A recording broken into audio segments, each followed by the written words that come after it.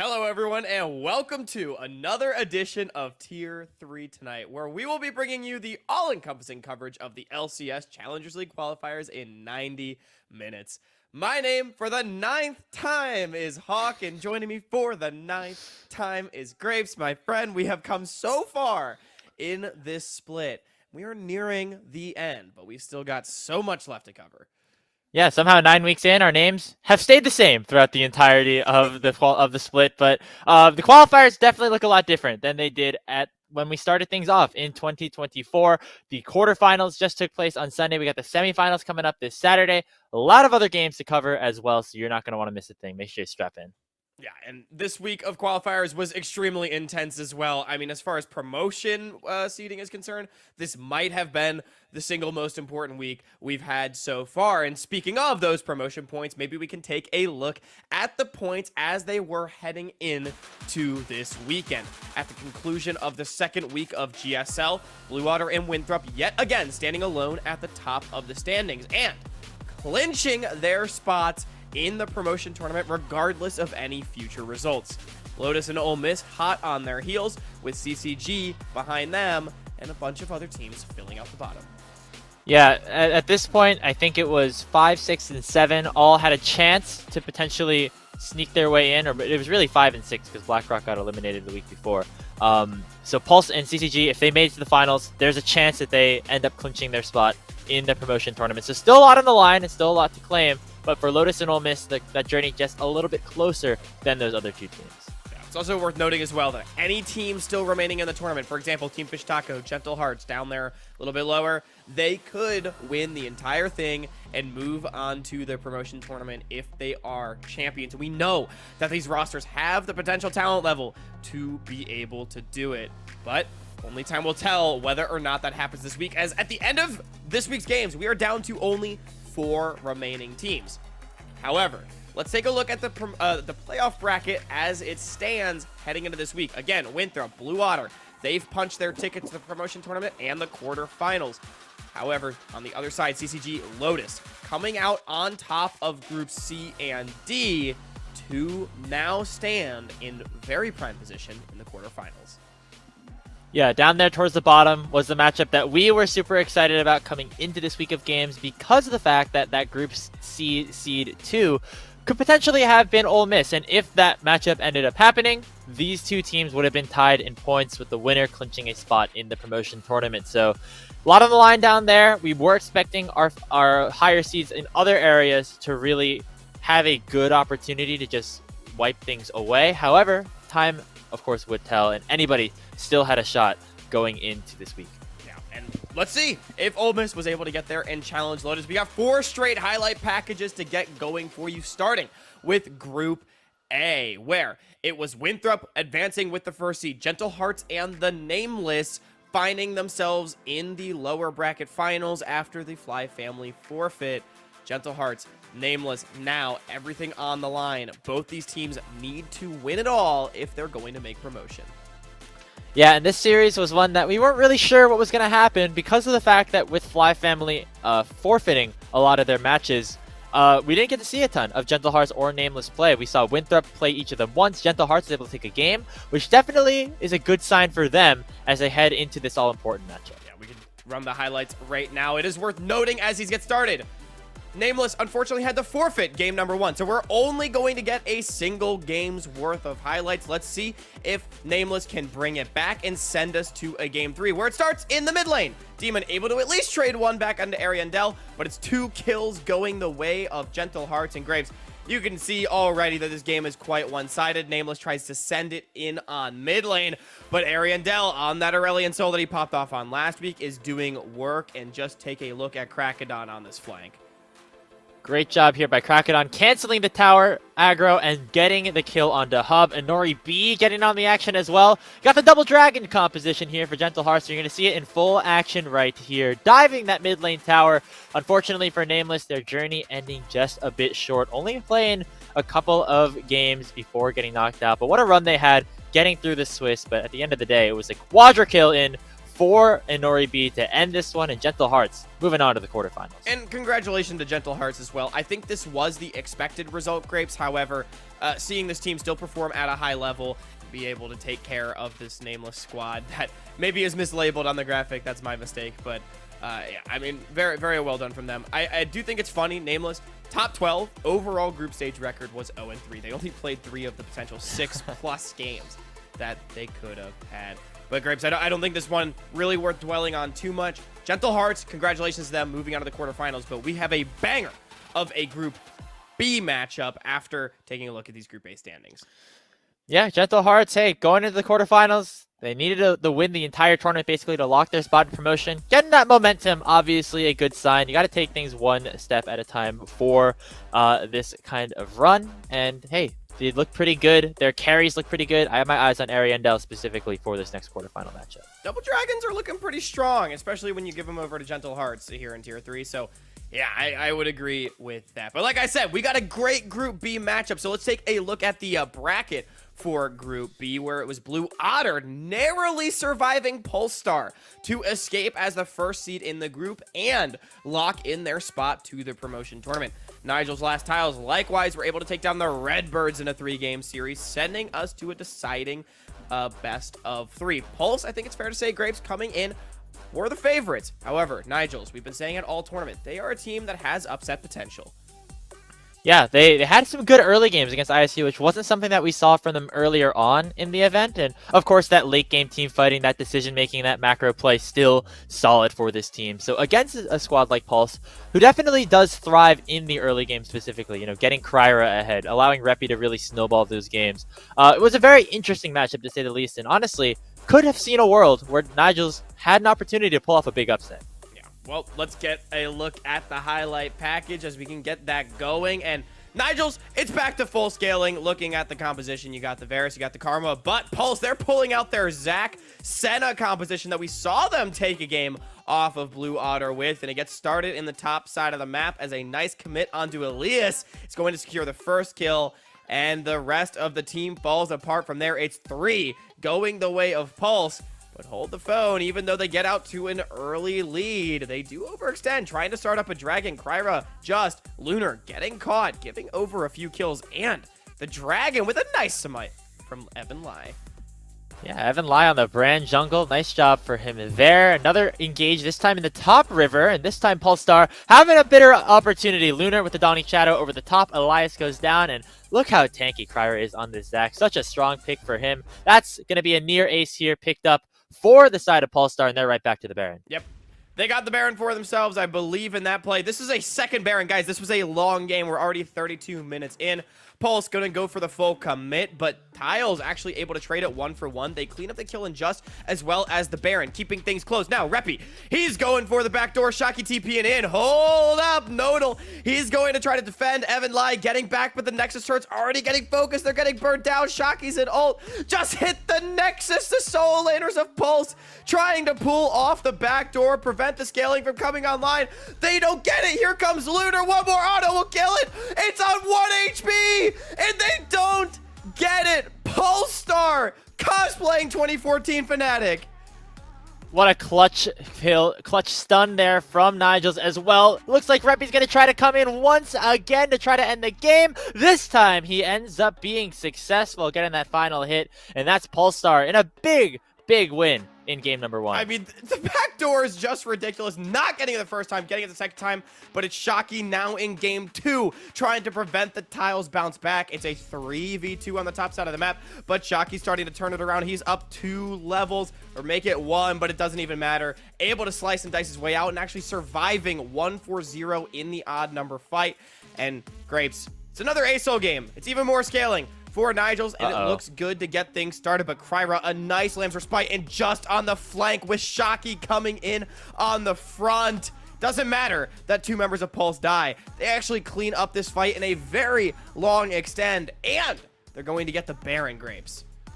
Hey, I mean, Nigel's putting up a good fight so far, but finally with Good Shot going down there, it is going to be Polestar running away with it. However, Late game Asol still in play. You see here, 31 minutes into the game, a big fight here around the Elder. Looks like finally Elias able to get that first kill. It looks like Nigel's off to a good start, but Brandon, once again, it's Pulse going back to the Drake. Yeah, Pulse got the soul at that dragon fight, despite the kills not going their way. And it looks like another huge Asol moment now around the Elder. Everybody on Pulse getting burned down. But look at the double 80 carries. Kryra, Lunar, they're barely alive. They're burning everyone down. Lunar is barely able to survive with the Q. Now it's a 2v2. Reppy's getting jumped on by Goodshot. He tries to make a big play, but Goodshot survives, but dies. One-on-one. Support, but it's a Tom Kench against Lunar.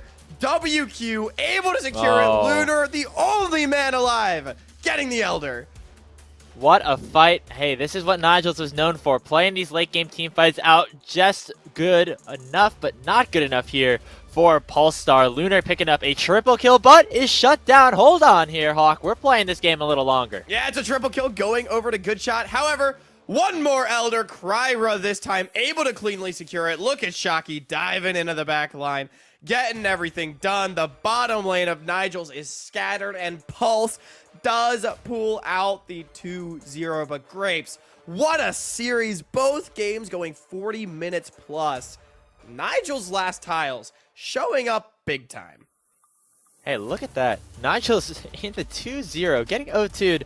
Had more kills than Pulse Star throughout the entirety of that series. I think 35-30 or 45-44 at the end of the day there. They did what they did best. That's play these team fights out. Unfortunately, Pulse able to scale a little bit better. Kryra specifically having a great series. Shout out to Lunar as well, who really popped off in that game too. Yeah, I mean, it was a crazy game back and forth, crazy series back and forth, but Pulse, they do secure their spot in the quarterfinals. Grapes, a team that we said might be able to contest our mighty top 6, and in fact was ranked top 6 themselves in our previous power rankings. But we can keep it on trucking with our Group B overview. Once again, Nigel's, what a showing. Even though it was a 2-0 in the final series, I think that they showed us a lot, and for a bunch of these players being relatively unknown, particularly looking at that top side, their solo lanes, players that we did not know what to expect coming in. I think they showed us so much in this tournament, making Pulse work for what was an expected top 8 appearance. And now it's all up to them. Can they continue that momentum? Remember, with the points that they've collected in up to this point, a finals appearance likely was enough to secure themselves a spot in that top 4. Let's see if they get there, but first, we've got to move on to our third group match where we got our third play-in game. It's a rematch this time between Ole Miss and Wang's Revenge. Yet another must-win for both teams. Ole Miss in particular, if they drop out here, all their hopes and dreams of promotion disappear. This is a team that has had their sights set on that tournament the entire time, and they got pushed to 3 games by Wang's Revenge last time. However, Grapes, I do think it's fair to say that Ole Miss are the favorites coming in. Well, let's hop right into the highlight package. Once again, a rematch. Wang took a game off of Miss in the last time these two teams faced off. And in the last interview that we had, Debonair said that they're going to be calling him your daddy, Debonair. Looks like Icelandic didn't want to make that happen. Uncle Sam off camera also had 2 solo kills here on the Ahri. We're unable to grab that one. But here, another good fight. This time, Wang's going to pick up a couple of kills. Uncle Sam will go down to watch Stray here on the teleport flank.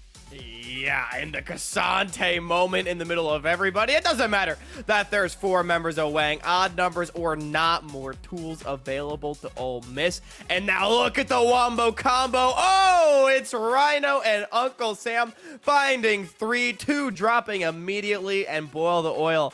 Forced to scatter to the wind. That might just be the fight that puts the game firmly in control of the Sharks, Grapes. Yeah, spoiler alert, this is going to be a bit of an Oriana Shockwave montage. Uncle Sam had a great performance in these late game team fights. Look at another one right there, combined with Rhino's engage. Shogo, kind of in the middle of nowhere, but is able to escape with a nice Blade Caller flash combo, picking himself up a double kill. Ole Miss winning another team fight with nobody going down. Yeah, I mean, that flash from Shogo to clean everything up alongside the Shockwave. Marty having a good game. There's another one on to, what was that, 3 as well, 4 maybe, and just keep them coming. Ole Miss, they're able to close it out 25 minutes, Grapes, in game 1. A dominant showing here. This time, they're going to go back to the bottom lane. Look at Deathwalker on the Smolder. He has 2 CS right now, and he's not going to get any more with a nice flash engage from Icelandic. Shogo on the Sivir going to be able to pick up another assist here in the 2v2, and already they are off to the races. Uncle Sam gets another kill. It is now 4-0 Ole Miss. They're going to look to chase a bit more here with Uncle Sam and the Nico. You know, Grapes, it's Deathwalker just trying to cosplay his favorite NACL AD carry Rock Boom and not being able to farm on the Smolder in the early game, but unfortunately, it's not going quite as well as it did for Rock Boom in the later stages of the game, as Wang, they're trying to trade things back under their own tower, but it's unrelenting pressure from Ole Miss. We got a little bit of a pop-off coming through from Rapid, but Ole Miss still up a couple thousand. It's a massive pop blossom engage. Uncle Sam finding multiple, even though he dies. It's another one team fight for the Sharks. Yeah, I will say Rapid here on Wang's Revenge had a very solid series. The Vi in game 1, the Viego here in game 2. Gonna look for another engage here in the top lane. Deathwalker getting the first kill on Icelandic. They're gonna chase down Shogo as well, making it a 2-for-1 trade. Looks like Wang could win this. Oh no, here comes Stray on the Aatrox though. He's got Rhino by his side, absolutely going off to make sure Wang win this fight. Yeah, big series from the solo laners of Ole Miss, and now into the base. Yet again, Grapes, look at that timer. It is not even 25 minutes in. Ole Miss knocking on the door. Everybody's free hitting, and that is going to be a dominant 2-0. Grapes, I sent this meme on Twitter, but, you know, it's like the ripped SpongeBob meme, okay? They're Ole Miss very timid when they can win their group, but they are just a force to be reckoned with when they're on the verge of elimination. Turned on another switch. Hey, it was 2-1 against Wang last time, and a very close 2-1. This time, not even close. Ole Miss dominating top to bottom, start to finish over Wang's Revenge, who we want to give some flowers to. Had a very successful tournament, I would say, overall, given the expectations of some of the players on their roster. Would love to see some of their players back in the qualifiers this summer split. Yeah, I mean, I would argue successful split all around. Wang's Revenge, I don't think this is a team that we necessarily expected coming in to make back-to-back top 12 appearances. They managed to do it. I think some of their players making an incredibly good impression, particularly looking at, for example, Debonair, as well as Boiled Oil. These solo lanes looked so good. So shout out to Wang's Revenge, but Ole Miss, unfortunately, not a team to be trifled with when they are in that lower bracket finals for their group. We can move it on over to that bracket where Ole Miss is going to be the second seed out of Group C. CCG not dropping a game, representing as the first. And remember now, with Ole Miss claiming that second seed, that's the matchup against Lotus that we were talking about. We'll get into the point breakdown a little bit later as we can, start to move towards the quarterfinals. But that series going to be super exciting with that matchup now set up. Yeah, absolutely. And let's see who follows in Lotus's footsteps coming out of Group D, where it was a Reluminate taking down BlackRock Esports, a team that I said might be able to contend with some of the teams at the top of the table, and they've got to do it against Team Fish Taco, who had, I would say, an unfortunate showing against Lotus the week before. Yeah, can't really say too much off of that performance because of the situations that were ended up unfolding, but with Taco maybe struggling a little bit, and with Reluminate on the rise, this was our Tier 3 tonight match of the week going into this Day 5 of the GSL group stage, Hawk. And sometimes we hit, sometimes we miss with this. We definitely hit with this series. It was a crazy one, so buckle in those seatbelts and let's pull up that highlight package for a do-or-die matchup between these two teams. I mean, yeah. I hope you guys are ready for the Tier 3 the movie, as we have a long one in Game 2. Nice Hex Flash over the wall. Game 1, I should say, as Jito subbing in at support. An intentional substitution from Team Fish Taco. They've got Coach Jito running it with the team this time around. Taco trying to clean everybody up. Levitate, he's one auto away on everybody, but Reluminate, they're surviving, and it's a double kill for Papa. 4-0 to start it off on the way. Going for another fight around the Dragon. This time Reluminate with some of that momentum, able to pick it up. However, with that first kill, probably should just go and run away, but they're looking for a little bit more. Here comes Amazo as well.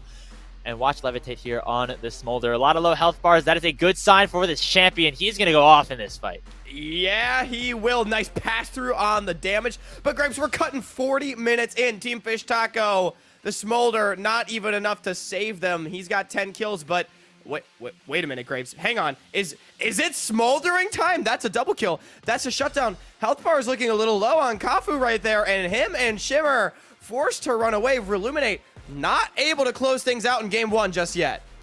A 4v1 Nexus defense here by Levitate on the Smolder. Incredible stuff. Things actually pretty even in terms of gold. However, here with the teleport in from Papa, looks like Reluminate are going to try to end the game again. Watch Levitate, unfortunately, was not enough to finish it off. A great game from him on the Smolder, but it was Reluminate taking the upset in game number 1. And congratulations to Reluminate. They're the ones pressing the issue.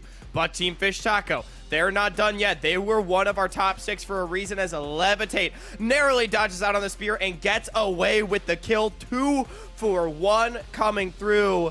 Crucial, he at least will be able to trade one more back onto Amazo on the Nidalee top. Nidalee top. That's not a pick we see too often. It's a bit of a Crucial specialty. Speaking of specialties, in the qualifier specifically, this Asol.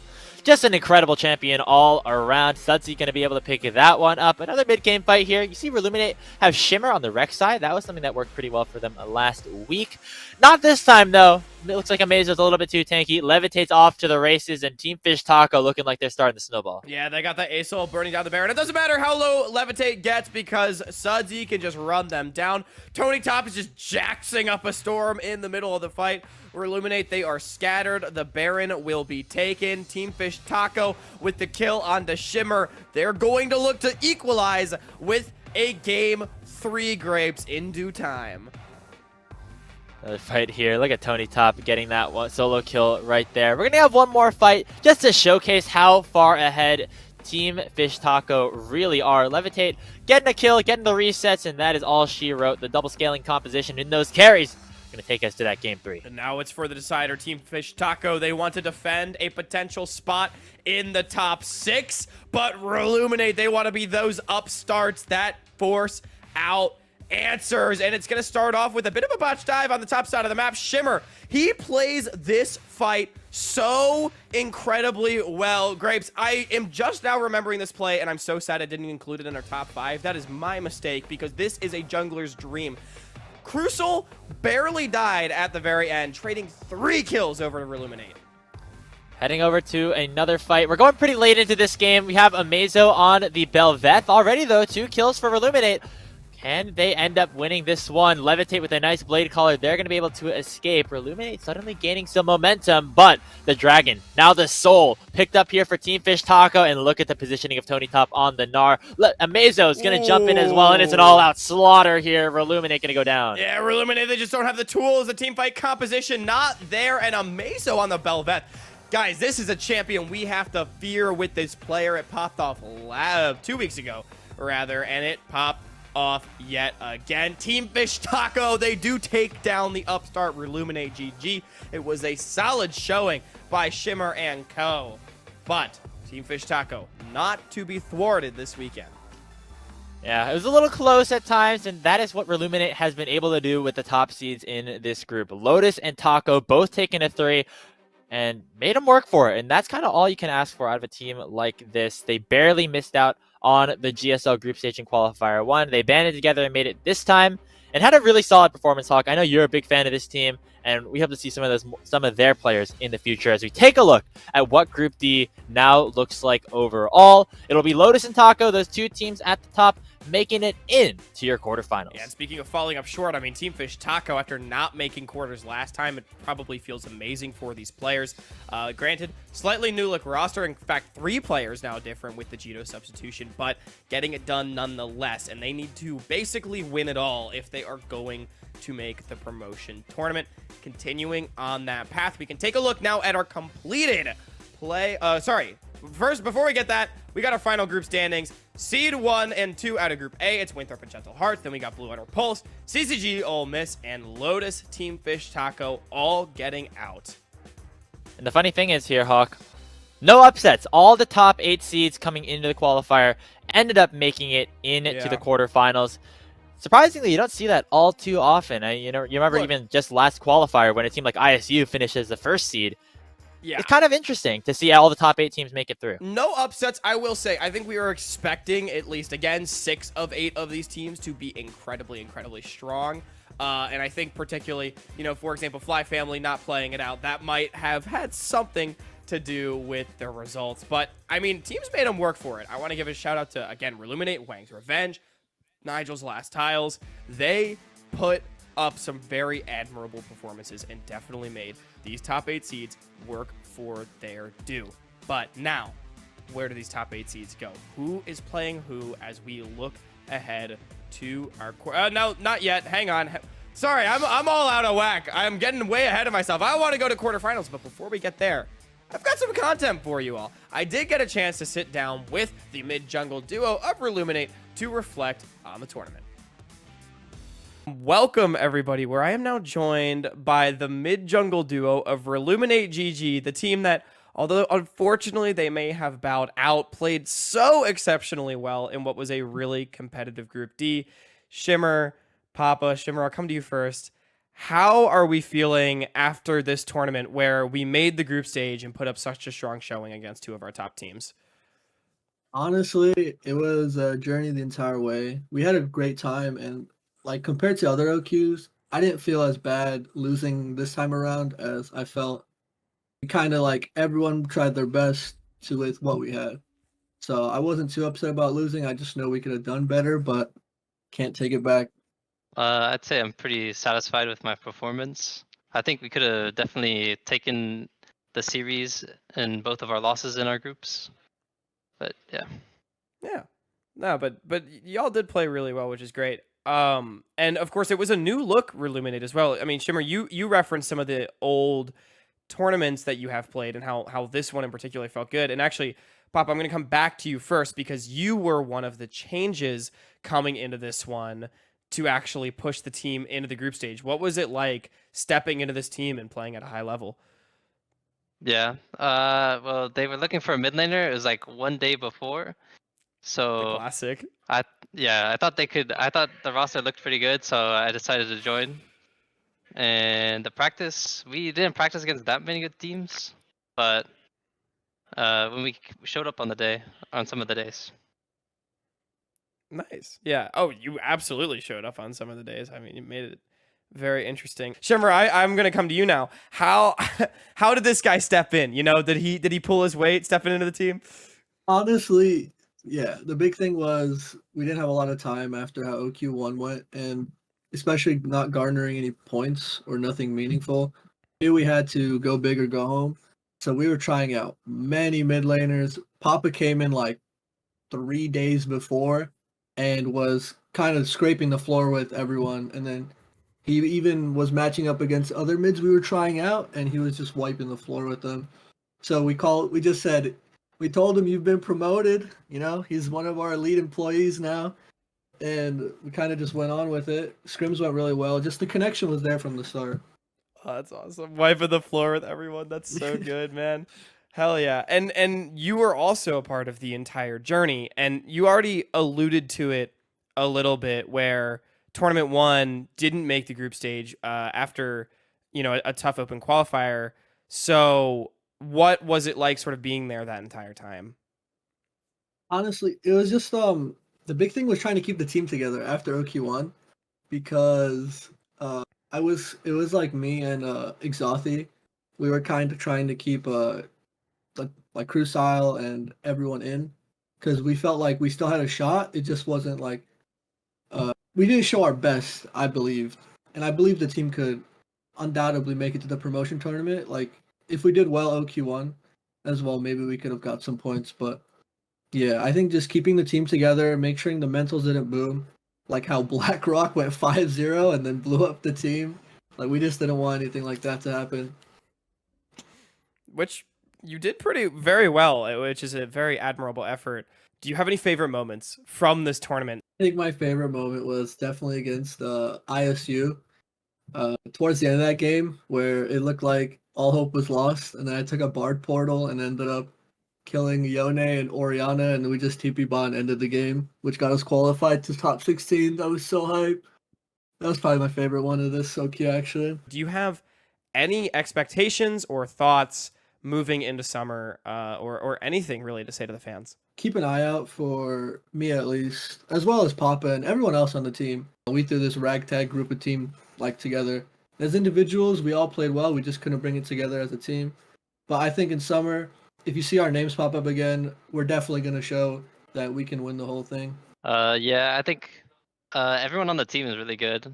Cruzao, he's low key like Faker. He controls like the whole team. Like one time we played without him, everything's just going wrong every play. But yeah, definitely a special shout out to Cruzao for playing Yeah. on the team. Yeah, big shout out to him.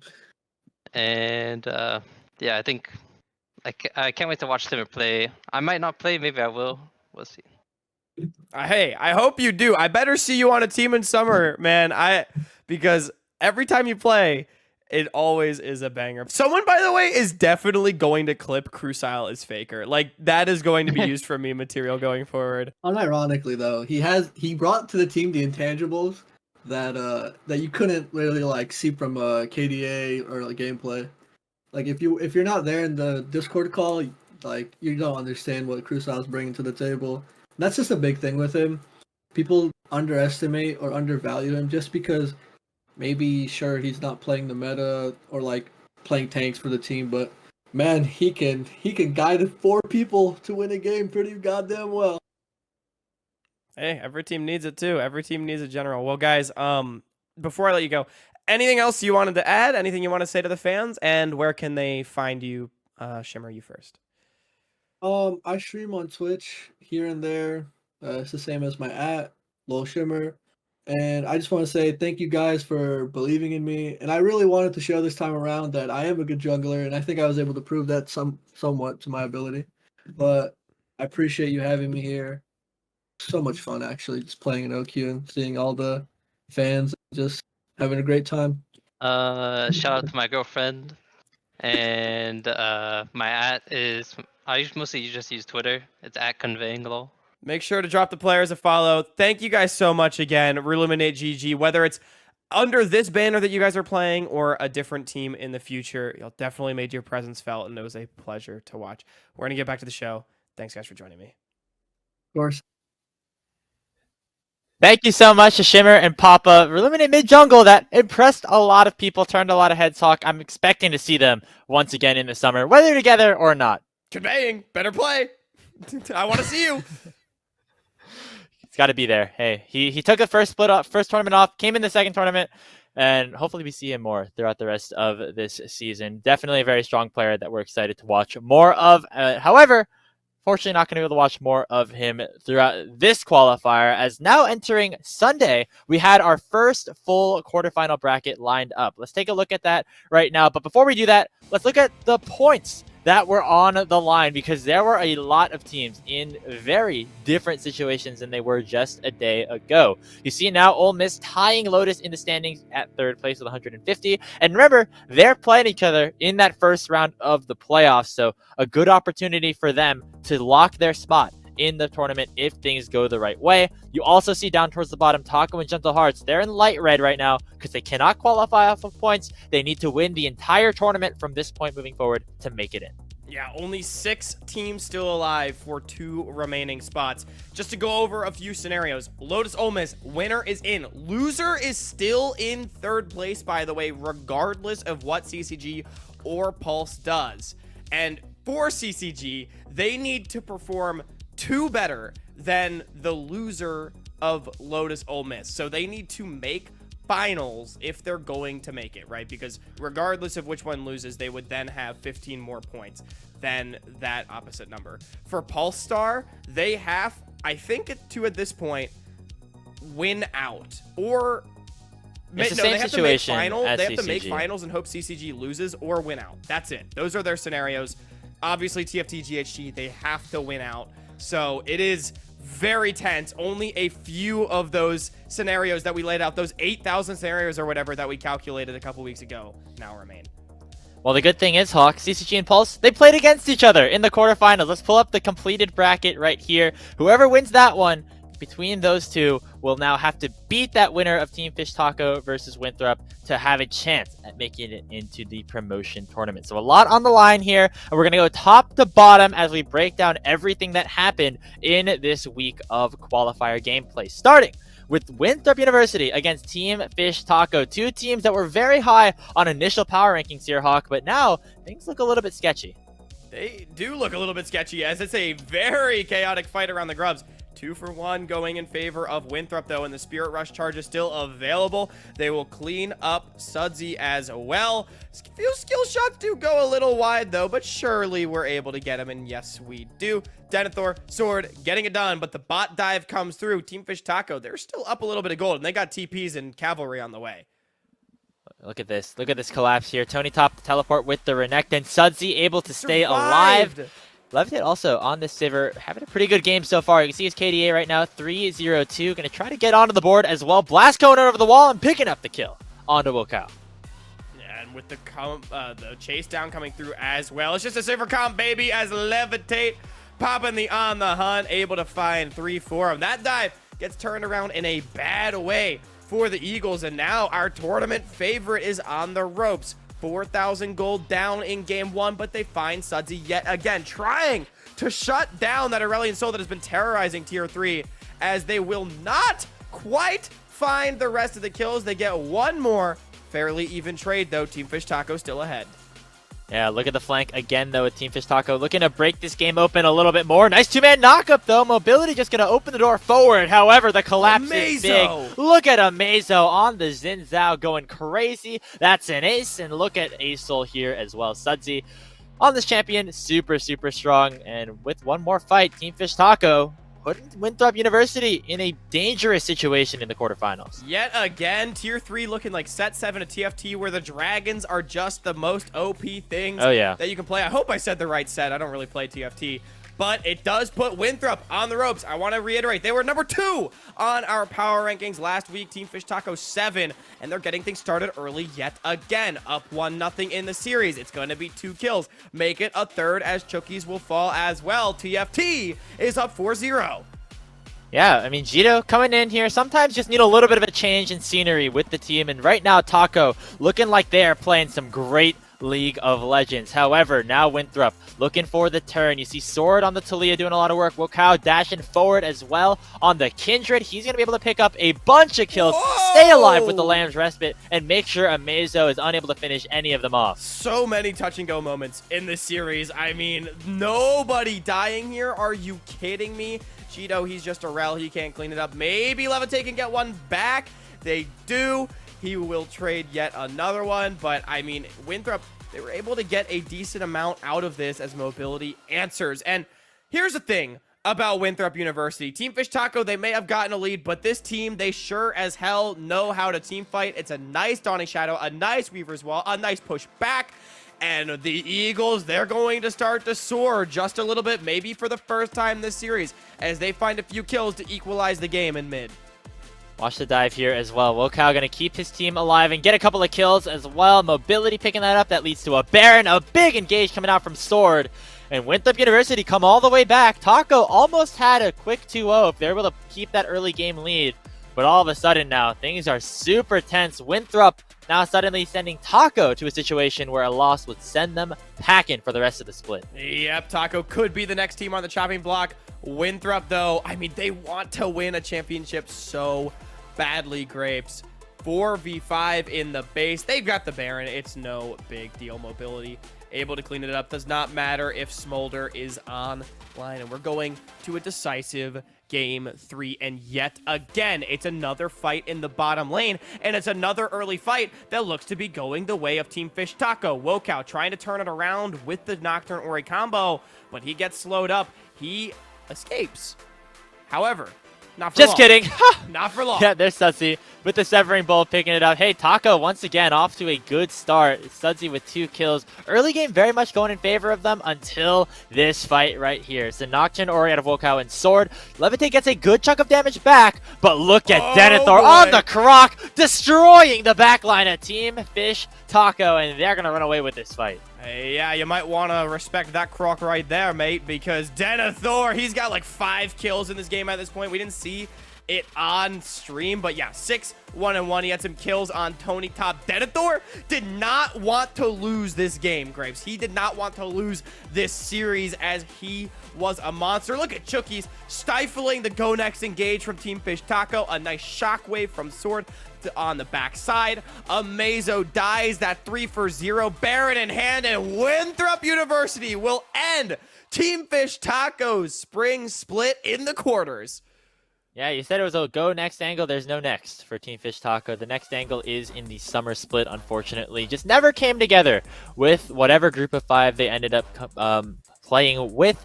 They went through a couple of roster changes, thought that they could have found a secret formula that would work well for them, but unfortunately, just not enough to get them over the hump. They finished better than they did in Qualifier #1 and had some good performances throughout this series, Hawk, but it was Winthrop once again proving that the guys still got it. Yeah, Winthrop dropping a couple games, getting pushed to their limits in their 2 most recent series, but they are still one of our preeminent favorites, and they will play the winner of our next series, which we can get on your screen right now. CCG against Pulstar. The winner of this series keeps their hopes and dreams alive if they can make grand finals. The loser is done, and Pulse, they want to get it going early, but a 5-man stun stops it.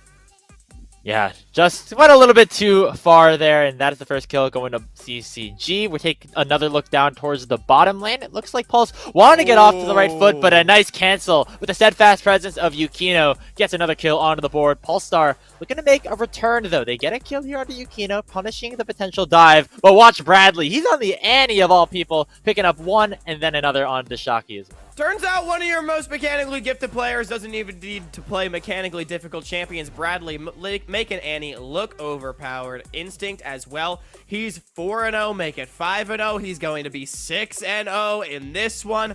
Pulse 5,000 behind, and they don't really have a lot of scaling damage in their composition.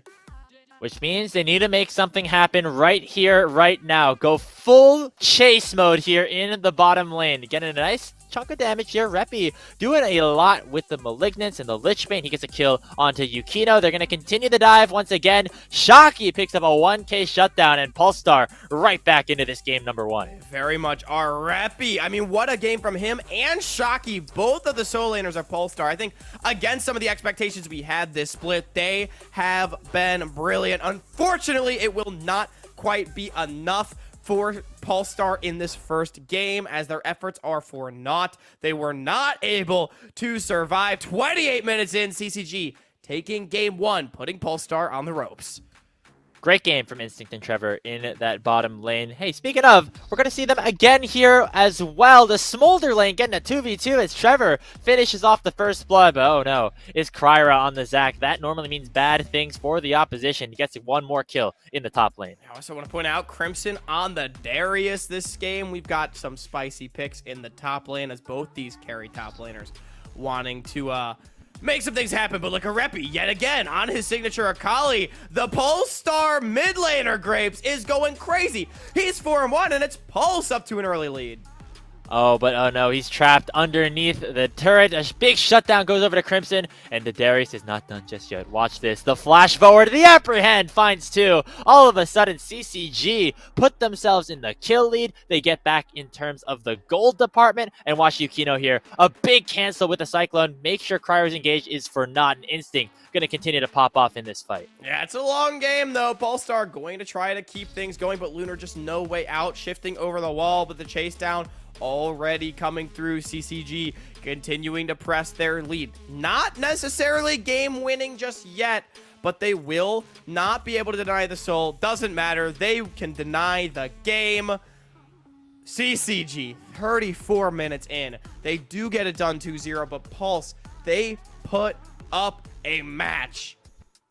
Yeah, what a fight from Pulstar here. CCG, they were our #1 power rank team coming into this tournament. And were challenged pretty heavily by Pulstar. I think Reppy specifically had a great series despite going up against one of the best players we have in the space here in Bradley, and one of the best teams overall in CCG. So despite some of the roster changes that Pulse made, unfortunately it was not enough, but I have a feeling we're going to be seeing some of these players a little bit more later on. I would certainly hope so. Pulstar making top 8 this time around, but CCG making top 4 as we can flip over to our partially completed playoff bracket where we have our first semi-final matchup. Winthrop University against CCG Grapes. Might be fair to say that these two teams are the favorites to win it all. And they're matching up against each other in the semifinals. And I got a chance to sit down with some of the players from both of these teams and asked what they thought about whether or not this is the real grand finals. Let's take a look. Going up against CCG this weekend should be a banger. I can't say that I'm really like thinking about it a lot, to be honest. I actually think they're pretty overrated, so I'm not like losing sleep over it. I think their ball lane is really bad, and I think their top side doesn't match with ours. So it should be good though. I'm feeling pretty good going into Saturday. Our scrims have been going good. We are a fairly consistent team, I would say, for tier 3, and I think that Winthrop should be another 2-0 like we have done in the past. I think our match against CCG is basically the finals. I don't think any other team is really in contention other than us two, but I still think we're the favorites and we're gonna win. I would say I'm feeling really confident. I think we have a good chance of winning. Scrims have been going pretty well, and yeah. I think whoever wins against CCG or us is gonna beat whoever's in the finals, whether it be Ole Miss or whoever even is on the other side of the bracket. I think last time we faced CCG in quarters, I was pretty hyped up to face them because they were talking shit in scrims, or talking in scrims, and we made their ball lane go 0-18 for the series. And I don't think E-Red or Instinct is like they're like the same player. Like they're like a side grade at best. Instinct is, so I think it would be the same thing. It's been a very long time since I've actually played against Sword. I mean, we have scrimmed them in the past recently, but like since then, I haven't played against Sword in like a very, very long time. So I will be excited to actually play against him like on like a air quote like stage kind of match, to see kind of how he is now versus back then. Crimson's pretty good. I used to think he was like not good at all, and every time I played him, he was just trolling. I think he's improved a lot, and he's probably gotten a lot of help from his brothers. And he's definitely the second best top in this tournament. Yeah, I think like I respect him as a player. You know, I don't want to ego anything. I think as long as I have confidence going to the match, like knowing I'm gonna win, then I think I'll be set. If it looks like a good Olaf game, I'm definitely gonna blind it. Because I personally speaking, I really don't care what he picks into my Olaf. I think as long as we banish Camille, I think I will be okay. That's just cap. I don't think he can blind Olaf. Playing these OQs, as at least in my head, has almost felt beneath us to be in this. I think all of us felt like we should have promoted in last tournament, and it's just like, I don't know, we just showed up on the day. We just didn't show up on the day, and it's one of those things where, like, you know, the next 3-4 months it just kind of just sucks. I don't see a world that we don't promote, so I mean, we're excited to be in it, and we're excited to promote. I think locking in the tournament was always expected, so I didn't really feel much when we were already locked in last week. If we don't promote, then I don't know what to say about that. I think we 100% will. It's a pretty short and sweet answer. I think when I was talking with CCG, like even before, like when I was signing and stuff like that, I basically told them, as far as expectation-wise goes, we're like I'm planning on like winning the whole thing pretty much. So I don't really have any other expectations. Yeah, I'm here to win. Making this tournament would mean getting one step closer to making LCS and also facing my brother in the LCS. That's like one of my goals as well. I think it'd be really fun and just really like competitive to play against them. I want to make it to tier 2 this year, and then hopefully by the start of next year I want to make LCS. That's my goal. We've already talked about it, and if we beat them, then I think we lock Lotus in, and if we can do that, then we have a free win. I would almost treat this roster as like a academy roster in a sense where like the talent is there, and I think the gameplay is there as well. I don't know how much it looks on screen or like in the game how much we've gotten better, but we know how much we've gotten better, and just day to day, scrimming every week, playing every week. I think we're probably at our strongest we've ever been right now. So, like I said, I think there's just no excuses for not winning this OQ and not promoting. Oh man, thank you so much to Denethor, to Mobility, to Bradley, to Crimson. We get to face Lotus, and that's a free win. That's So a funny crazy here. comment, dude. That's a crazy comment. Dude, Denethor was so Oh. confident in his interview. Like, I expected Bradley and Mobility to be really confident. They always are. Denethor, though, was basically like, yeah, everyone else is trash. And I'm like, my goat, like, that, you're real for that, you know? Yeah. I think overall, though, a lot of mutual respect for each other. Yeah, I yeah. think Winthrop and CCG kind of know that they're each going to be very strong, and that is a super exciting semifinal. We'll talk more about what the implications are for the promotion tournament in a little bit, because we still have 2 quarterfinals here to summarize. Starting off here with Blue Otter taking on Gentle Hearts Gaming, that winner of Group B versus the Group A seed number 2. We're going to start things off level 1. Krakadon tried to go for a bit of a cheeky invade here, but gets punished pretty heavily as Music going to claim first blood on the Poppy. Yeah, doesn't exactly go great, but now we got the Gentle Hearts, their favorite. It's a bot dive, but Lynx able to pick up a double, and that's the kind of play that can come back to bite you, especially when you're running a Callista comp. The commitment now onto Rovex as he does die, but Lynx is untouched in the fight. So much damage onto Anora B. Double teleport going to get channeled just to try and clean it up, but Grapes, they're basically already out, and in fact, with one of the teleports getting canceled, he just claps onto Ariandel. Yeah, and Samakin going to come down on the Ari, pick up a kill as well. The carries here for Blue Water doing a great job. We're going to see Lawrence put up a big performance in the Renekton in this bottom lane team fight to wrap this game up. All Blue Water, start to finish here in this first game. Our defending champions looking strong and putting themselves one game away from making a return to that semifinal match. 9-0-8 for Lynx on the Varus. What a game from the Challengers League caliber 80 carry, proving it in that one. But this time around, it's Music getting first blooded instead of Chu on the other foot. But Gentle Hearts, look at this. They're going to try to force a potential game 3. They clean up quite a few kills in this fight, Grapes. It's Ariandel with a triple, essentially. Look at his KDA now. It's 6-1 on the Taliyah. Looking like a really good performance from him. Blue Water want to get something back. They dive the bottom lane. They get it a 1-for-1. But look at Ariandel as well. Another teleport back into the fight. Look at this flick onto Lynx. Max range just to shove him right back into the unraveled earth. Gets another kill for himself there. We're going to jump a little bit further in. Look at him. He's 13-3-3. Blue Water want to get the Baron, and they do. But watch the trade on the other end by Blue Water here. They're going to give Gentle Hearts a run for their money. Yeah, Gentle Hearts, they wanted that Baron to basically assure their lead and close out this game. But 3 kills have dropped. Ariandel not able to survive, and now they're slightly backs against the wall, but the Wombo combo rocks 908, finds 4 with the Magnet Storm, as Inori B, this time he's on the Varus, and this time he's doing big damage. I want to give a shout out to Samakin for, honestly, Grapes, I think he wins that 1v4 if he takes it. He does not, and it's a Baron steal! Gentle Hearts yet again not able to solidify their lead. That Baron might have been the nail in the coffin to help Gentle Hearts take their first game of this quarterfinal, but Music with a miraculous steal, saving that series all by himself. We're going to get another fight around here. Looks like maybe Gentle Hearts have a chance, but Blue Water going to hold true. Look at Lynx on this AP Kai'Sa build. It's been popping up in a lot of metas. They get the Elder, and it's one last fight to secure the series. And it is going to be secured as they got the Mountain Soul Grapes. They have the Elder Dragon. The Executes coming through. What a monster series from Lynx. Popping off in both games. And Gentle Hearts, that second one is definitely one that they're going to want back. Yeah, man. Really, really tough for someone like Ariandel, who had a great performance on the Taliyah.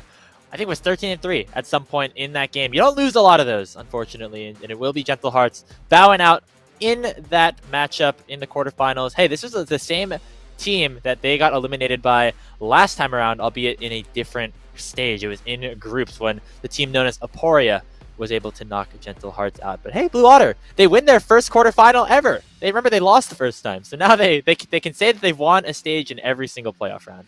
Very true.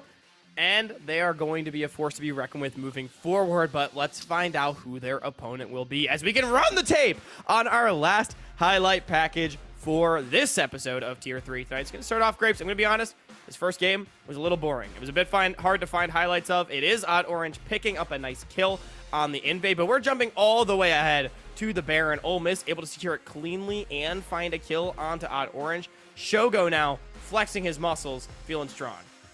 Yeah, Rhino coming in with a nice engage to help him out. Force into the Kog'Maw. That's something that Ole Miss played pretty well last week. Unfortunately, not resulting in a kill for himself. Ole Miss winning that fight. You see Stray on the Cassante alongside Uncle Sam on the Yone, really separating Lotus away from how they want to play this composition. They completely get split up. Forsen goes down to Stray, and Ole Miss win that fight. Shogo now goes on a rampage. They are looking super solid here in this game one. Super solid indeed, because, wait a minute, that's just a teleport to the base. It's only Mixture alive in the extended chase down, and Ole Miss is actually going to close out the game.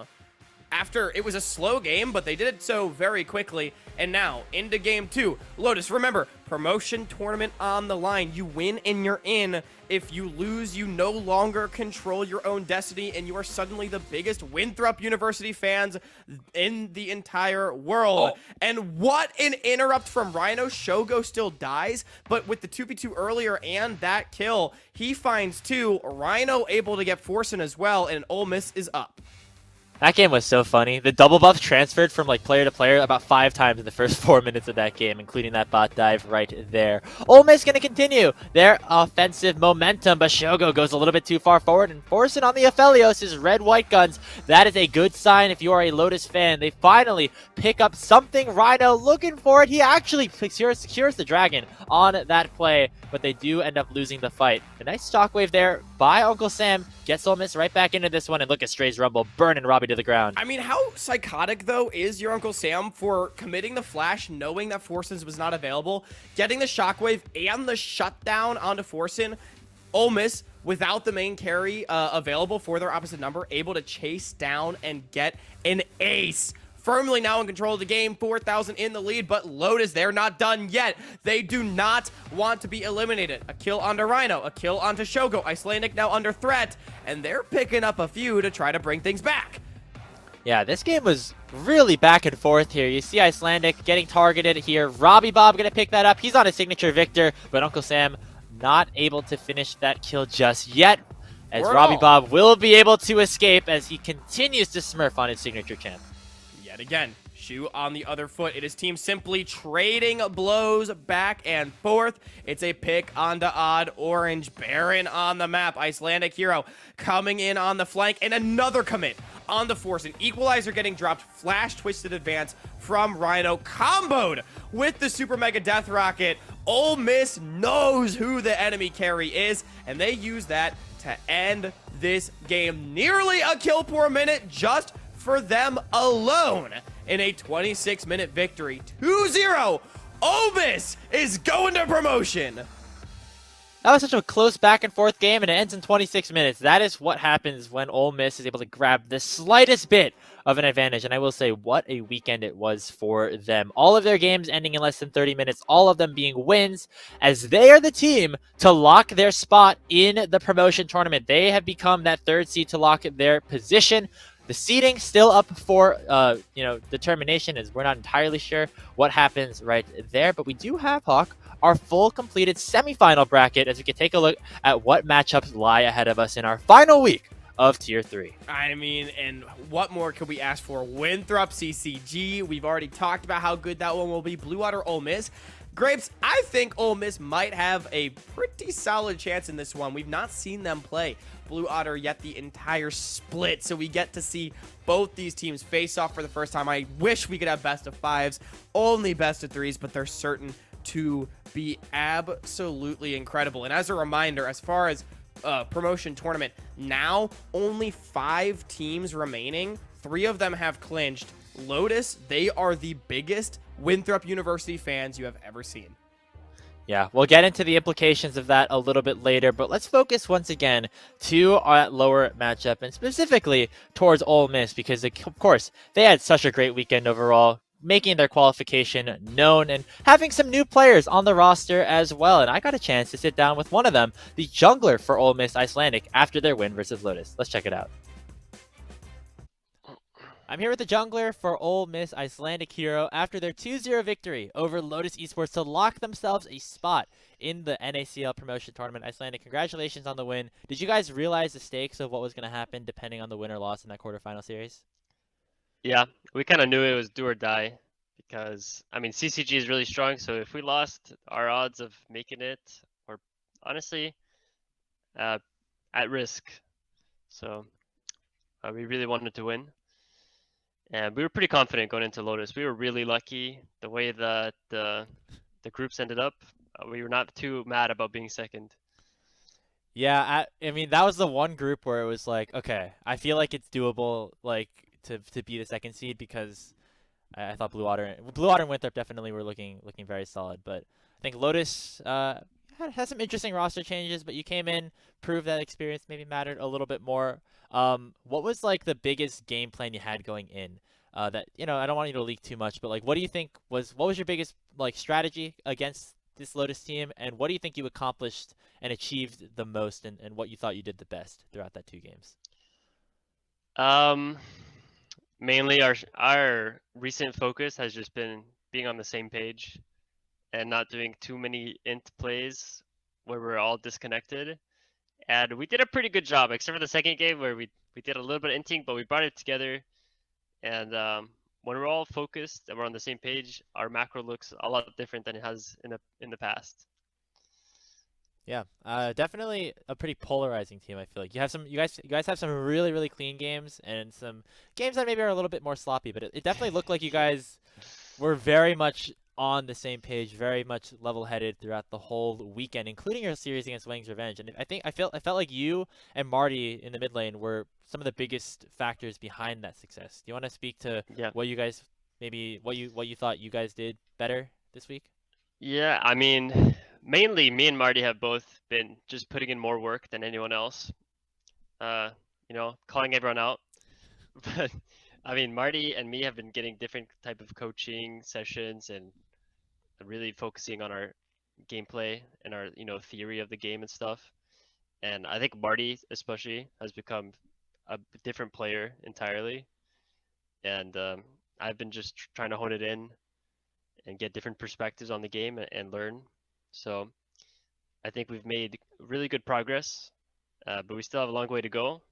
So every week I'm trying to improve and, until CLOL, see how far we can go and hopefully win CLOL if we improve fast enough. Yeah, I mean, you guys potentially play Winthrop, I think, like 2 or 3 times, like in the same week, because you are in the same CLO conference as well. Are you thinking about that at Yeah. all? And going forward into this next semifinal matchup, like, are you like expecting Winthrop to potentially meet you in the finals if you end up getting the win over Blue Water?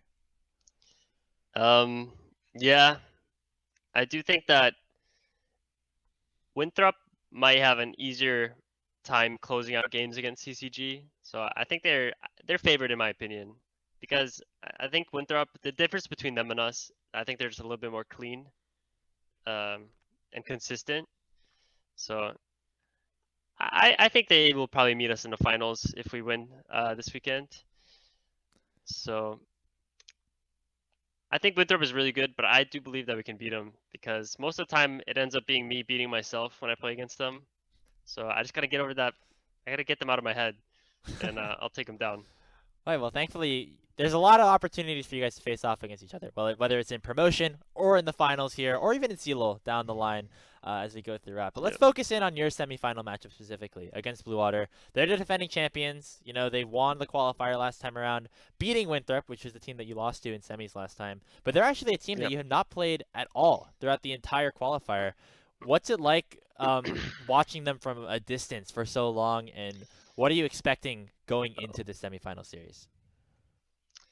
I think that Blue Water is really good. I think Music is very good, and I think Samikin is very good. I can't speak so much about the rest of them, like they're all solid players, but I just know the most about Samikin and Music. And I'm looking forward to it because honestly, I think Music, I played one scrim against them, and I do think that Music is one of the only junglers that pressures me in an individual way, because sometimes it's hard to tell what a jungler is doing for your team because they're always like macroing, so you can't really tell like individually, especially in this meta. But I do think that Music, he's pretty strong mechanically, and like his pathing is pretty smart. So I have a lot of respect for him, and I'm excited to see what'll happen. Yeah. About that kind of, you both are locked into the promotion tournament already. Does Yeah. the points matter at all to you? Does finishing first matter before you head into that event at this point, or is it just getting the most practice you can get before some of those pivotal matchups? Well, I was looking at the format for the promotional tournament, and you have to play an OQ team as your first match anyway. So I don't think the points matter, but the money does matter. So I'm trying to win. Oh, okay, gotta get that bag. I see you, KJ. Yeah. Gotta pick up the But the cash for the grand prize. honestly, I mean, this might be a hot take, but I think the OQ teams are gonna run the bottom promotional team or the bottom NACL teams. Yeah. So, I don't know. I guess getting first seed is like the best, since then you would have to play the fourth seed, which I think, besides Winthrop and Blue Water, I'm not really scared of any of the other teams that have a chance of making it. So the only scary part would be if CCG gets first, I guess. Right, because then Right. you might have to play against them first, and then it just gets... Then all the strong teams make it. So Yeah, yeah, exactly. All right. Well, KJ, I know that with Ole Miss playing in the qualifiers, a big focus is getting practice for CLOL. But what would it mean for you if you could make it all the way into the NACL and prove to everyone out there that, you know, this is a team that is worthy of playing in Tier 2 League of Legends? To me, it'll mean like maybe I can get more respect on my name, because I mean I don't have as much experience as a lot of people, but I do think I'm really good at the game, and I hope to show people that I'm actually a good jungler. Maybe worth talking about. I don't know. But also I want to get Shogo into NACL. I want to see what Okay. he looks like against the competition. All right. Also, I mean, and Rhino. I mean, Shogo and Rhino are disgusting in the bot lane, so you want to see them match up against everyone. Yeah, they haven't played very solid alongside the rest of you guys here, Icelandic, and congratulations again on the win and the very clean week that Ole Miss was able to put out. Before we head back to the show, if you have one message for everyone out there, what would it be?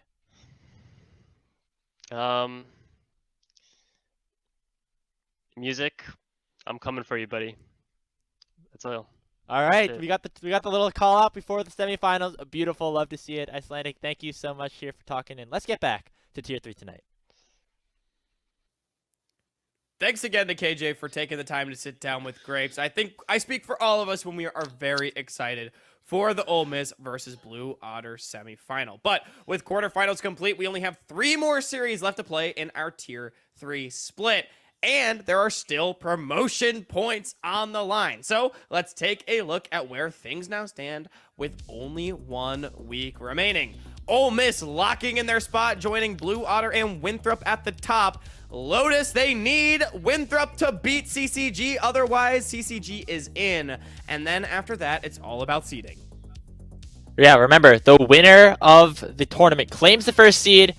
After that, it all goes by points, which means if CCG make finals, they will pass Lotus with the 20 points that they earn and potentially either finish 4th or 1st if they win the series. And again, previewing that upcoming promotion tournament, we have the other graphic to show just of the teams that have locked their spots. We just saw Mirage Alliance announce some changes to their roster, so that means that things are going to get pretty spicy, especially alongside Blue Water, Winthrop, and Ole Miss. I love how KJ also said, hey, I think that our teams down here in Tier 3, they can run these guys. We have seen so much competition between all of the teams, whether it's Lotus or CCG. We know what they are capable of.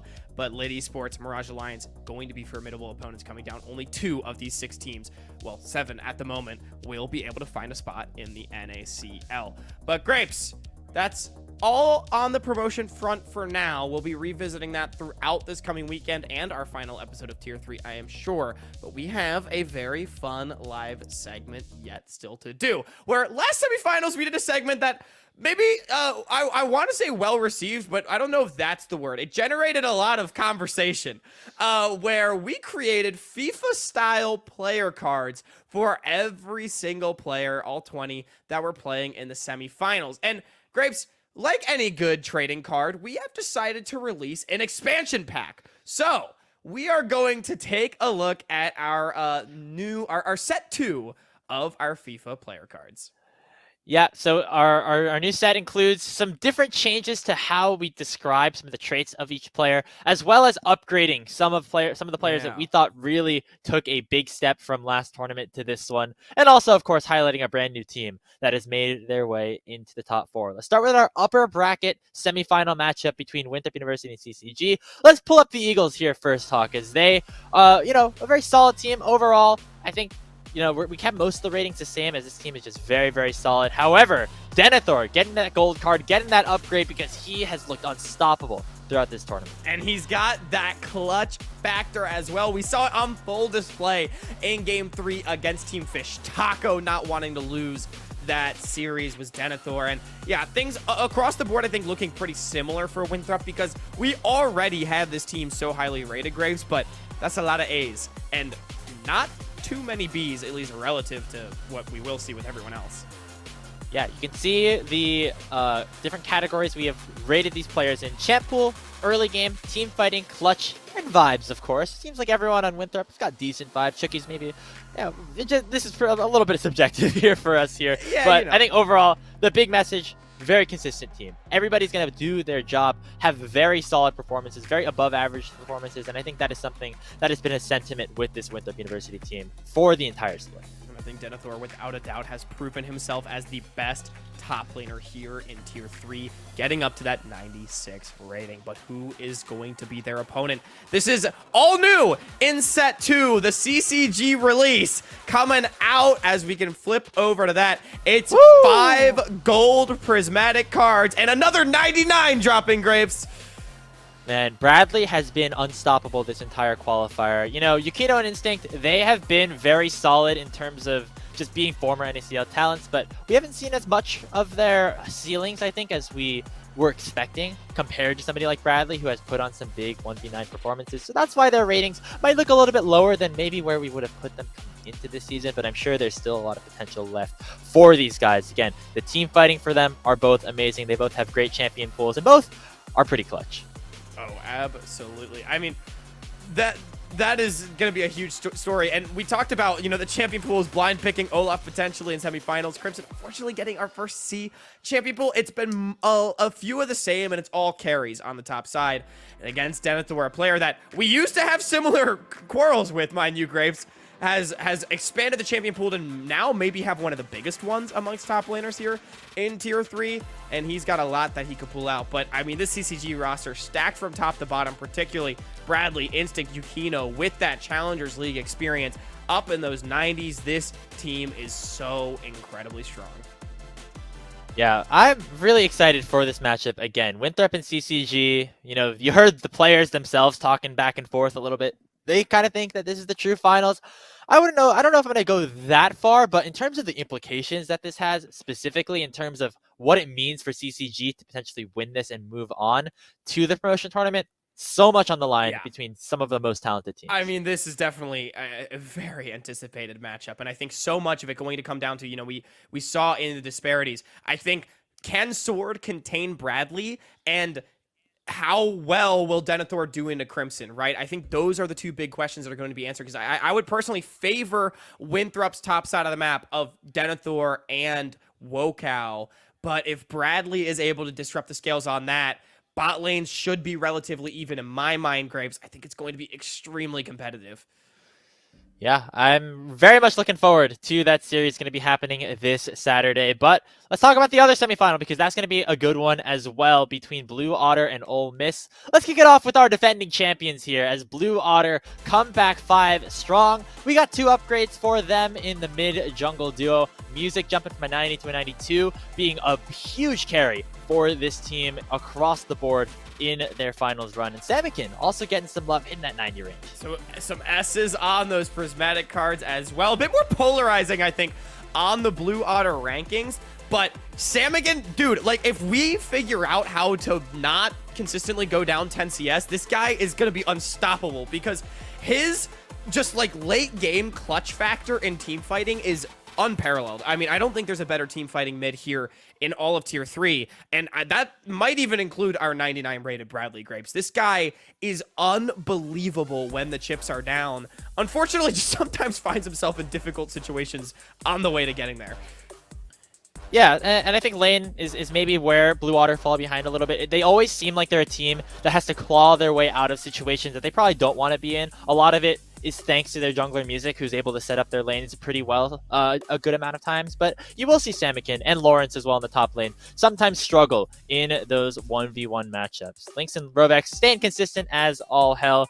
I know that they were talking about the 93 for Lynx. You know, he's had some pretty good performances, and I think, you know, going to be another very solid bot laner here. Yeah, I mean, look, Lynx 93 still a really solid rating. We only were moving certain players, right? We didn't want to move like the whole team because we felt fairly confident about a lot of our ratings. Lynx's performance staying consistent throughout the tournament so far, and he has still been an incredible factor. He was massive in their win in quarters. Another team with a strong bottom lane, very strong mid jungle, and when we look at their opponent, that mid jungle will need to step up because no matter how strong their bottom lane is, Grapes, we have seen everybody, and I mean everybody, get run over by Shogo and Rhino.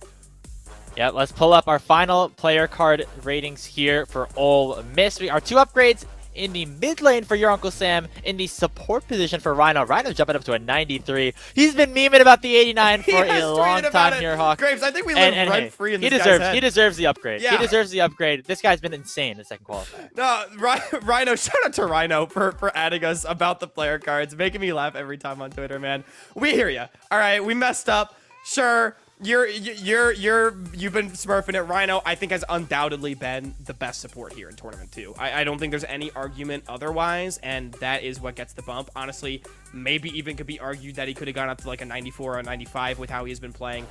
Laning phase has been unbelievable. Everything else has been solid.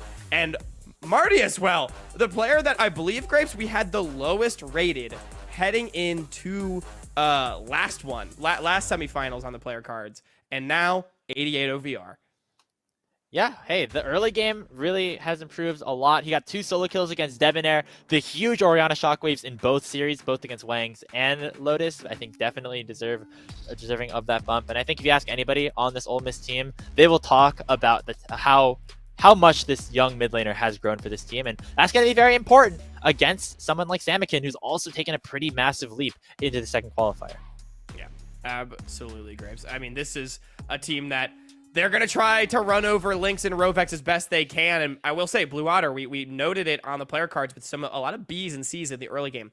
This team, they're consistently very strong, but Ole Miss will try to just run them over. And Lynx and Rovex, for as good as they are and experienced as they are, I mean, Mobility Chookies have struggled to contain that pressure at times. Other bot lanes as well. We just saw it happen to Forsen and Mixture.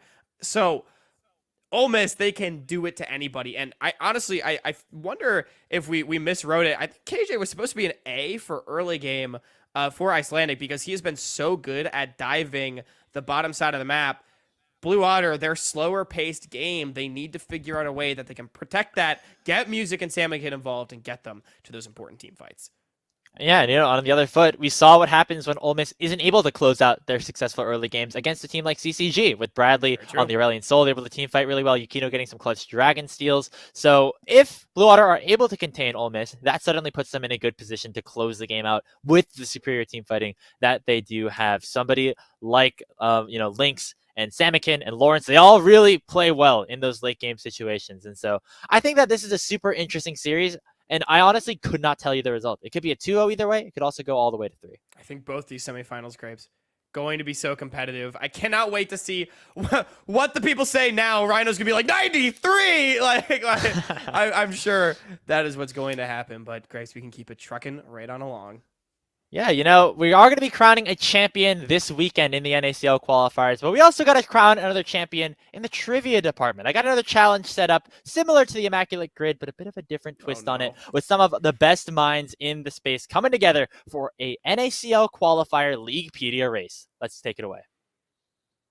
We're back today with another NA League of Legends trivia challenge on Tier 3 tonight. Today, I'm challenging some of the qualifiers finest in a twist on a good old-fashioned Wikipedia race. Contestants will have to navigate from one player's Leaguepedia page to another player's Leaguepedia page only by using their current or former teammates. I got 3 different challenges for these players in easy, medium, and hard, and whoever finishes them all fastest will be the champion.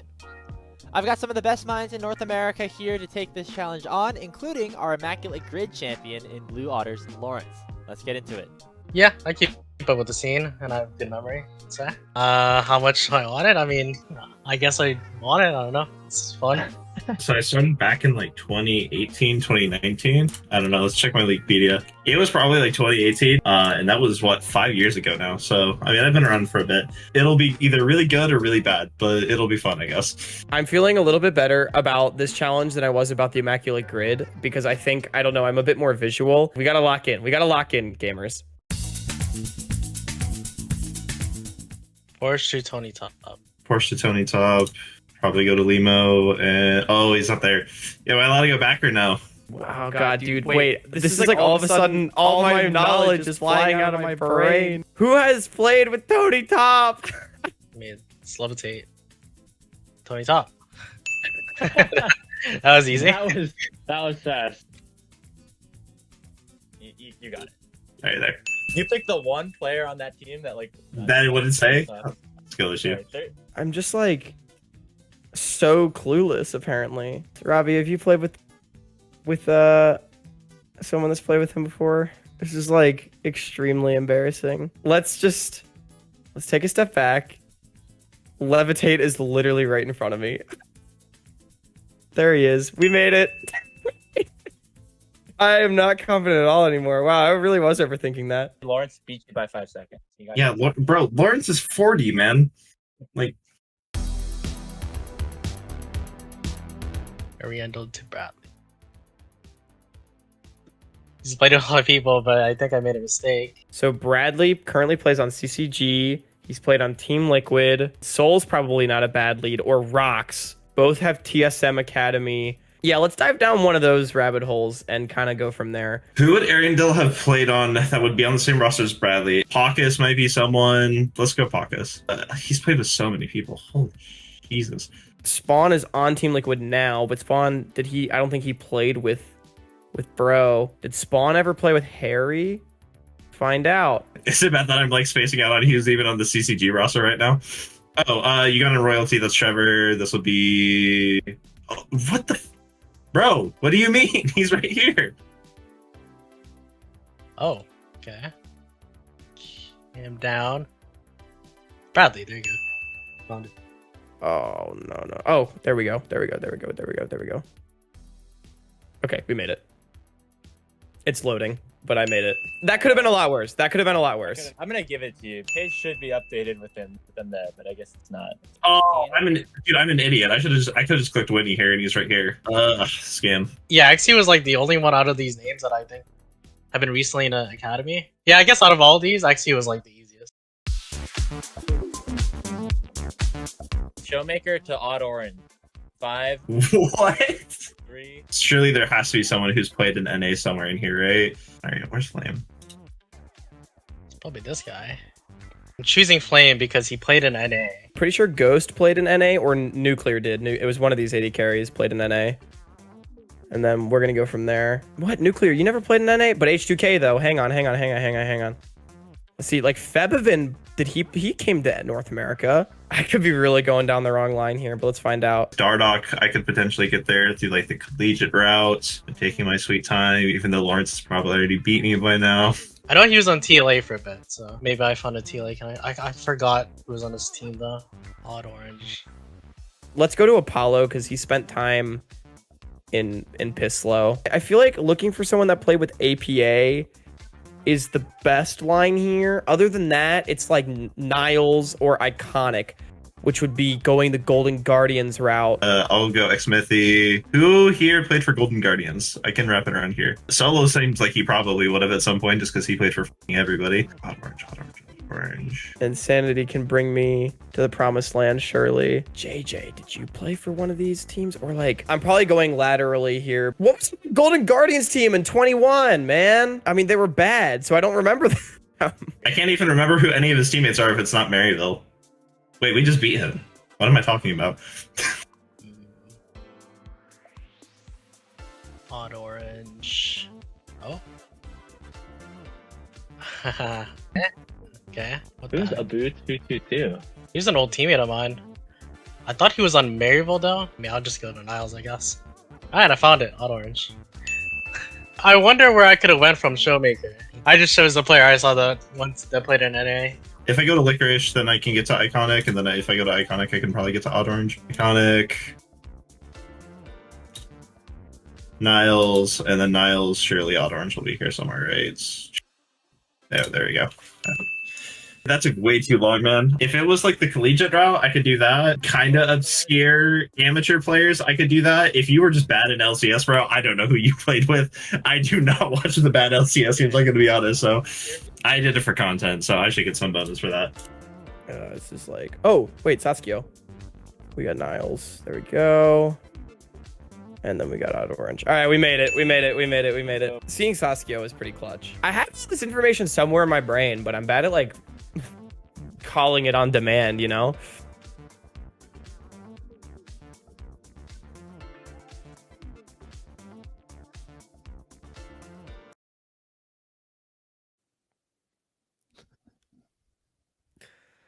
Great job, man. You did really good. Well, Really that good, was embarrassing.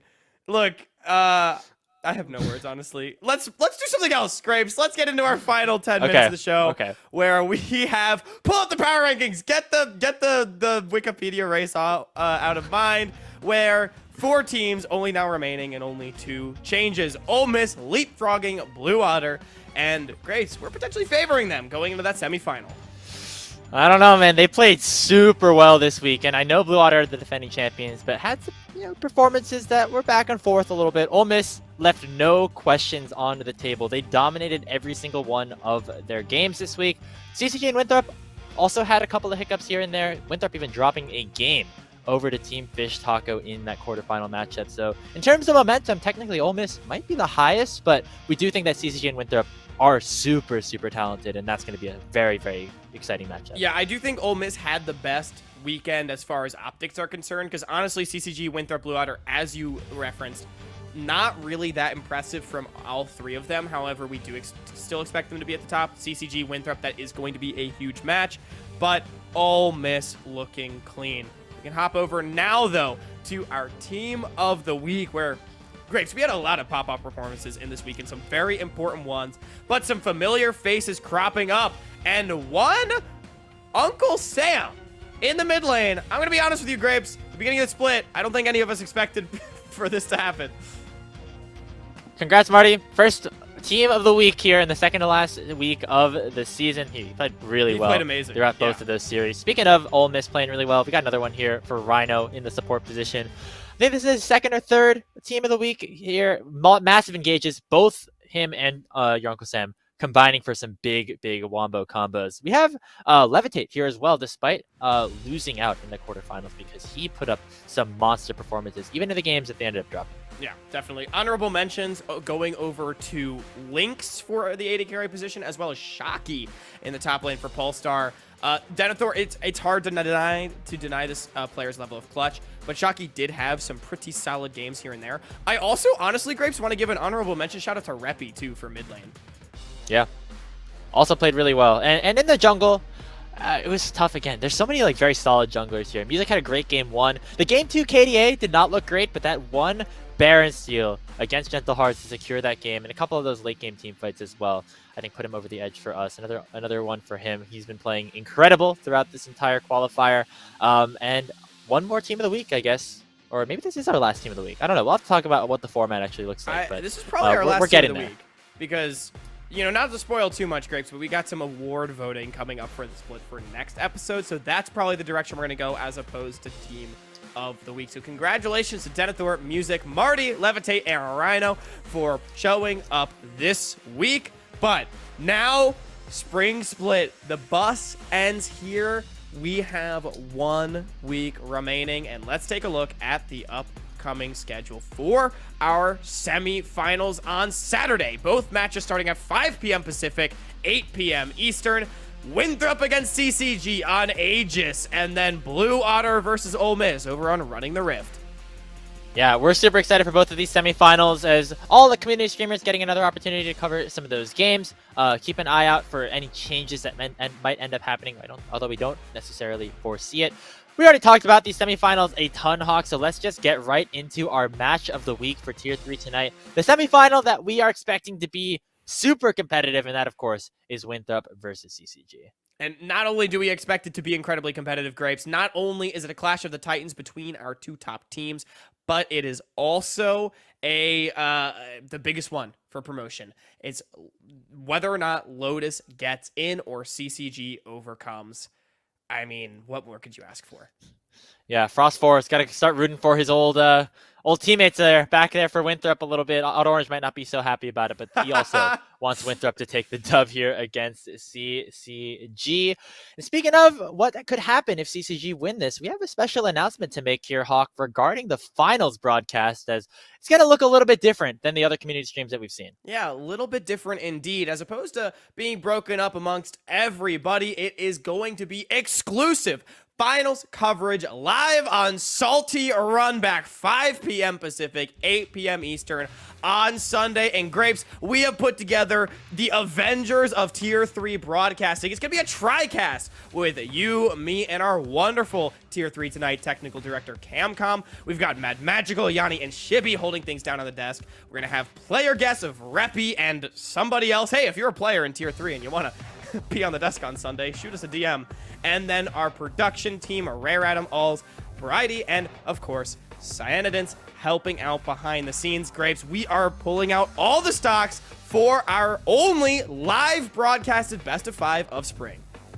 Yeah, a little collaboration with Running the Rift, a lot of those guys over there. We're bringing Cam out of their production dungeon to come onto the broadcast with us. So we're super excited for that. Make sure to tune in basically right after NACL ends that Sunday. We're going to be starting at 8 p.m. Eastern no matter what. Make sure to get there a little bit early on twitch.tv/saltyrunbackpod for a bit of a pregame show that we're going to be doing as well with some of our analysts and our player guests. So a ton of fun. We're super excited for the finals. Make sure you tune in as we wrap up this Tier 3 season. And we'll have one more episode of Tier 3 tonight as well to recap everything and preview the promotion tournament back at our original time slot at 7 p.m. Eastern, 4 p.m. Pacific next Thursday. Make sure you support all the talent that's going to be on the show. It is going to be a great match, a great stream, and we could not be more excited to be bringing it to all of your screens. But Grapes, it is time for everyone's favorite and final segment of Week 9 of Tier 3 tonight, where we can dive in to the top 5 plays of the week. Start it off. Oh man, I'm super excited to get here. Let's start off with number 5. Yeah, starting off, we saw this one already, and it's just Winthrop, they've done team fights like this before where it's just so clean. Team Fish Taco trying desperately to get something back. The engage looks like it could be good. But Chookies is insane with these cancels, and then a nice shockwave as well on the multiple with Wokow, cleaning it up. The Nocturne Ori combo always looking good here for Winthrop. We're going to go over to Lotus versus Ole Miss. The flash commit by Uncle Sam to find Force, and he ends up going down, but that was the big kill that ultimately swayed this game. Yeah, I mean, the rest of the play is just the icing on the cake, but having the presence of mind to go for the flash shockwave onto Forsen and take down the enemy carry, that was just clutch coming out in what was ultimately the decider for promotion tournament. Now, Grapes, we got a base defense. Yeah, man, Levitate on this Smolder, fighting 1v4. Everybody on Relumin is trying to end the game, but he says no, sir, on that Smolder. 12-4-1 in a losing effort. He ended up getting a couple more kills before this one ended. There's a reason why he was bot laner of the week, even though he ended up making the semifinals. Yeah, and the fact as well, they lost that game, but that could have been so catastrophic, able to hold it out. Grapes, another one from the highlight package is the Wombo combo, finding everybody with the Magnet Storm, and the damage coming from Inori B, just so clean. Gentle Hearts, what a shame they weren't able to win this game because they put up a hell of a show. Yeah, another team that we're expecting to see more of from their players in the future. Our number 1 play, that's a little bit of a yin and yang here, as we have this crazy attempt at ending the game via backdoor here by our friends at Pulsar. Yeah, Pulse, they're going for broken. Grapes, I'm going to be honest, this is one of the ones that I think if you slowed down and really watched it, Pulse probably could have gotten it right here, but they barely do not. Lunar showing up. It is a miraculous deal. I mean, seriously, 2014 Fnatic vibes right there on the 1 HP Nexus, but then Reppy not deterred, going for the second backdoor. What a great game here by Pulse. Reppy Series. and the rest of Pulsar able to finish off Nigels in what was an insane series overall. But that's going to do it here for Tier 3 tonight. Make sure you stay tuned on the LCS Challenger Swiss channel as we're headed right in to the NACL playoffs. Our 2 lower bracket elimination matchups about to take place. I'm super excited to tune in and watch. Yeah, continuing every single day, starting later today. You're not going to want to miss out on the Challengers League because the action will only continue. Here on Tier 3, though, we got semifinals on Saturday, grand finals live on Salty Runback on Sunday. It's sure to be a good one. And then, Graves, next Thursday, our last episode of Tier 3 tonight, where we will, of course, be breaking down the semifinals and the finals. And in addition, we will be doing some player awards for the end of split and some other end of split festivities. What a road it has been, and we still have just one more step remaining to take. Grapes, it has been a true journey here in Tier 3. It is the end of the line, and it is also the end of the show. I want to shout out one more time our production team, Camcom and Cyanidins, for without whom we could not do this. Rallycry and Riot as well for giving us this show, and to all of you for sticking around and watching. Worth noting that our final episode of Tier 3 tonight next week will be back at the regular time, so it'll be at 4 p.m. Pacific, 7 p.m. Eastern on Thursday. So you're not going to want to miss out on all of the All-Pro voting. But from all of us here at Tier 3 tonight, I've been Hunk. That's been Grapes. Stay safe, y'all. Have a great night.